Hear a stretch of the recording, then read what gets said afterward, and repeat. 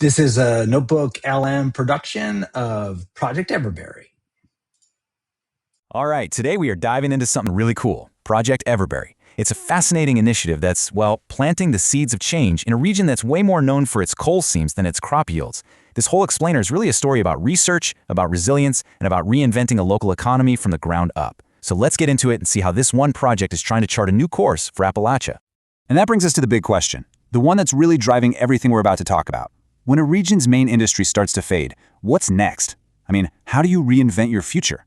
Project Everberry puts a pretty bold answer on the table, one that tackles not just jobs, but something just as fundamental, food security. Okay, so before we get to the solution, we really have to wrap our heads around the problem.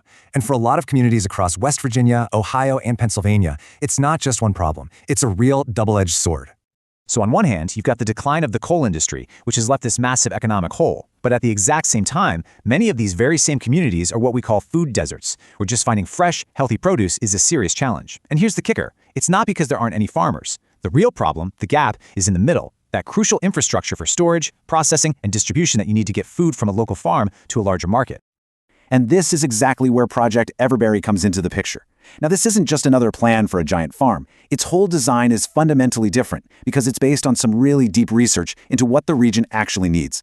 To really get what makes this project so different, you got to look at the two big models for modern farming. You've got the centralized way, right? These huge facilities that ship produce far and wide. Well, Project Everberry just flips that script completely. It is hyper-local. The entire idea is to build smaller, strategic food hubs located right next to the people they're serving. That just slashes transportation costs and, maybe even more importantly, lets them grow what the local community actually wants and needs. And this quote right here, it just gets right to the heart of the mission. Notice those two key words, innovative and sustainable. See, it's not just about growing more food. It's about building a whole new, resilient system that tackles food scarcity right where people live. So you're probably wondering, how in the world do they pull this off? Well, the core technology is called Controlled Environment Agriculture, or CEA.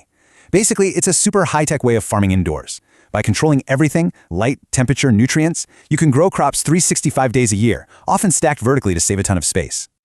So what this actually means in practice is that you can produce a massive amount of fresh food on a pretty tiny piece of land, and you're not at the mercy of the weather at all. That consistency, that's the real game changer. It's the key to making sure the community has a reliable supply of fresh food all year long. But listen, having cool technology is one thing. Turning it into a viable, community-changing project, that takes a rock-solid plan. And this, right here, is where Project Everberry truly shines. The whole thing is built on a foundation of incredibly thorough research. What's so crucial here is that the project didn't start with a shovel in the ground. It started with data. This rigorous, step-by-step process just shows you how committed they were to getting it right. They started with this deep dive research into the specific needs of each state before a single blueprint was drawn up. This whole methodical approach was designed to make sure the model would actually work before they broke ground. And get this, they are not doing it alone. This is a total powerhouse collaboration.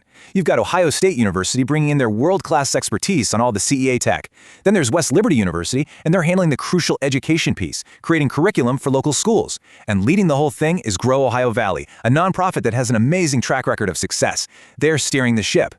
So the main takeaway here is that every single base was covered. For instance, their market analyses didn't just say, hey, people need vegetables. No. It identified specific, high-demand, high-margin crops like strawberries and leafy greens that were a perfect fit for CEA in that region. That kind of detail across the financials, the engineering, the sustainability, that's what turns a nice idea into a thoroughly vetted business model you can actually bet on. All right, so all this research and planning, it's great on paper, but what does it actually look like in the real world? Let's zero in on the first proposed site, the Oglebay Park node in Wheeling, West Virginia, to see the kind of tangible impact we're talking about. Get ready for this. The research projects that this single greenhouse on just 3/4 of an acre will produce a staggering 130 tons of fresh food every single year. I mean, to put that in perspective, that's enough to provide thousands of local families with fresh produce year-round. But it's not just a farm, not by a long shot. It's designed to be an agritourism and education hub. Projections show it could bring in up to 50,000 visitors and learners every year, which makes perfect sense given Oglebay Park is already a popular destination. And remember that economic shift we talked about at the beginning? Well, the analysis shows the creation of at least 8 new, permanent jobs directly tied to just this one greenhouse. That's stable employment in a brand new green industry. And the impact goes way beyond today. It's about building for tomorrow. The educational ripple effect is just huge. Over 5 years, the project is expected to reach over 10,000 learners, creating a pipeline of talent that's trained in modern ag tech. So, as impressive as the Oglebay node is, it's really just the first step. The long-term vision for Project Everberry is about creating a massive transformative ripple effect across the entire region. See, the Ogle-based site is designed to be the blueprint, a model that can be copied and adapted in other communities that are facing the same kinds of challenges. It's about building a connected network, strengthening the entire local food system. The design is even future-proof, ready to hook up with renewable energy down the line. Ultimately, this is a story of resilience. It's a showcase for how a region can forge a new identity around sustainable innovation. And that leaves us with this final thought. Yeah, Project Everberry is ambitious, for sure. But it's built on this bedrock of meticulous research and really powerful partnerships. It makes a compelling case that, with the right hyperlocal model, the answer is yes. A single idea, like a strawberry grown year-round in West Virginia, really can be the seed for a whole new future.